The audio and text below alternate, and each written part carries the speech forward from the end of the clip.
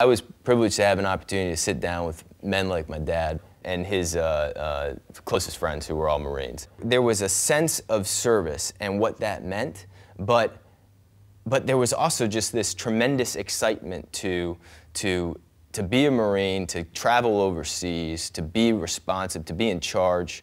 And that was something that was extremely exciting for me. Everybody has their doubts and fears. Everybody does. I did. I didn't know whether I'd make it. I mean, I was going to fight like hell. But everybody has their own doubts and fears.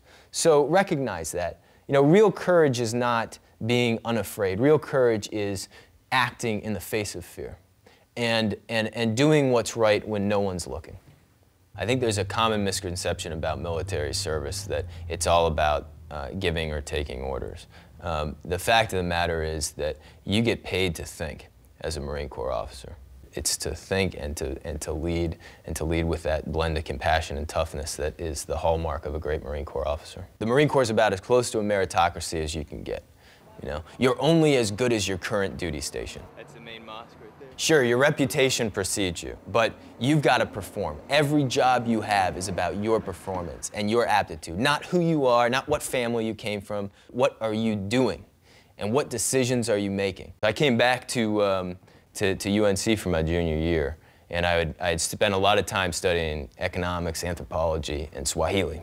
So I traveled over to Kibera and rented an 8-by-8-foot shack in this slum community in Nairobi with about 700,000 people living in extreme poverty. I had wanted to basically travel to Africa and get a better understanding of some of the ethnic violence that had occurred.